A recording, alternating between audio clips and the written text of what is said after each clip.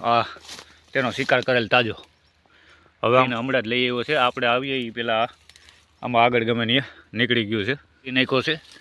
જો આ પાણીનું પક્ષી છે, એનો શિકાર કર્યો છે. આપણે આવતા તો અવાઈ ગયું છે હવે, એટલે આમાં ગમે ત્યાં હોઈ શકે. તો એનો શિકાર છે એ એમને રાખી દેવું અને જોવું અહીંયા આવે કે નહીં. આપણે એની આમાં ઓલબુટ સિવાય હવાય તો નહીં, અને અજગરને એવું જોવા તો મળે જ છે. અને આ નદીનો કાંઠો છે એટલે તકલીફ પડતો છે જ. તો એ આપણે આગળ વેચ્યું ને તમને બતાવી શિકાર કરેલ છે તાજા. એટલે અને જોવામાં આનું રહેવાનું સ્પેશિયલ મજા આવે એવું છે એના માટે. આ જગ્યા જ એના માટે છે. એમ સમજો જો આવું હોય ને અંદર આરામથી રહી શકે છે. અને એના બાજુમાં નદીનો કાંઠો એટલે ખાવાનું બધું મળી જાય અને રહેવાનું બહુ આરામ બેહીન રહી શકે એવું પણ છે. એમાં નીચે બહુ ધ્યાન રાખવું પડે એવું છે અને આપણી સેફટીમાં રહેવું જોઈએ. આવું ચેલેન્જ કરવું તકલીફ પડવું છે બધી. હા, તમે જોઈ શકો છો આમાં બધે. અને જો આ તેનો શિકાર કરેલ તાજો હવે આમાં ગમે નહીં ક્યાંક હોવો જોઈએ. આ અંદર એનું ઘોંસલું છે ને આ તાજો શિકાર કરેલ છે. ઓહો, આ ઓલું પાણીનું બતક આવે એને શિકાર કરેલ છે. આ હમણાં ઉડ્યું હતું, આ એના હિસાબે આ બધું ઉડ્યું હતું. આ પાણીમાં હમણાં બટાસટી બોલી હતી એ આના હિસાબે આને તાજું પકડી લીધું છે. આનો શિકાર કરીને એ એમ પીગો જ છે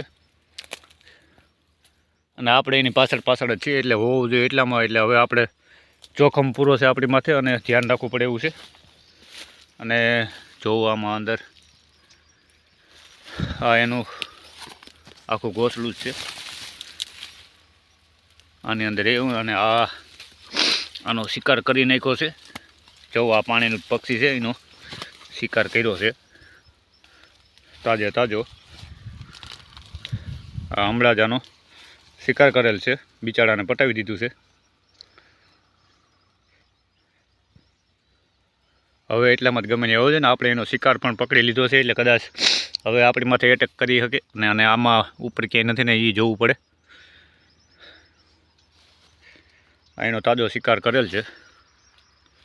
આમાં આપણે આવતા તો અવાઈ ગયું છે હવે, એટલે આમાં ગમે ત્યાં હોઈ શકે. જોખમ તો પૂરેપૂરો લીધો. સ્પેશિયલીનું ઘર જ છે આ રહેવા માટે.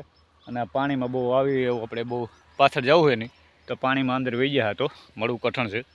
એટલે હવે આ તો તાજું જો હમણાં બતકું આપણે એમાં ભાગી હતી આના હિસાબે ભાગી હતી. આને પકડ્યું હતું ને એમ એને લઈ લીધો હતો. આને એનો શિકાર છે એ એમને રાખી દેવું અને જોવું અહીંયા આવે કે નહીં આપણે એની માથે નજર રાખીશું. અને આપણે એનો અહીંયા શિકાર રાખી દીધો છે. હતો ત્યાં જ આ એનું ઘર છે અંદર. આમાં કદાચ અંદર હોય એટલે આપણે અહીંયા થોડીક વાર બેસીશું શાંતિથી.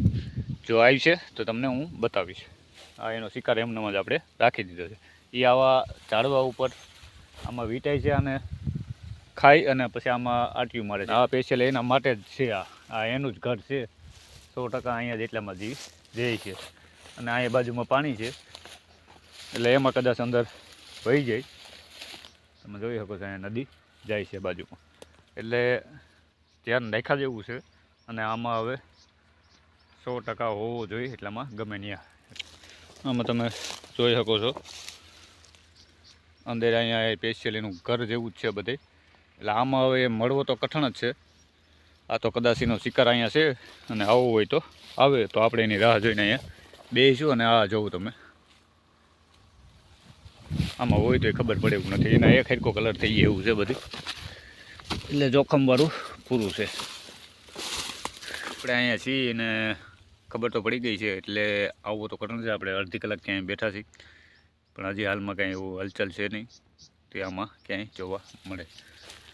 અને આપણું થોડુંક અહીંયા હલચલ થાય એટલે એને ખબર પડી જાય છે કે અહીંયા એટલામાં ગમે ત્યાં માણસ બેઠા છે. એટલે આવવું થોડુંક તકલીફ પડવું છે.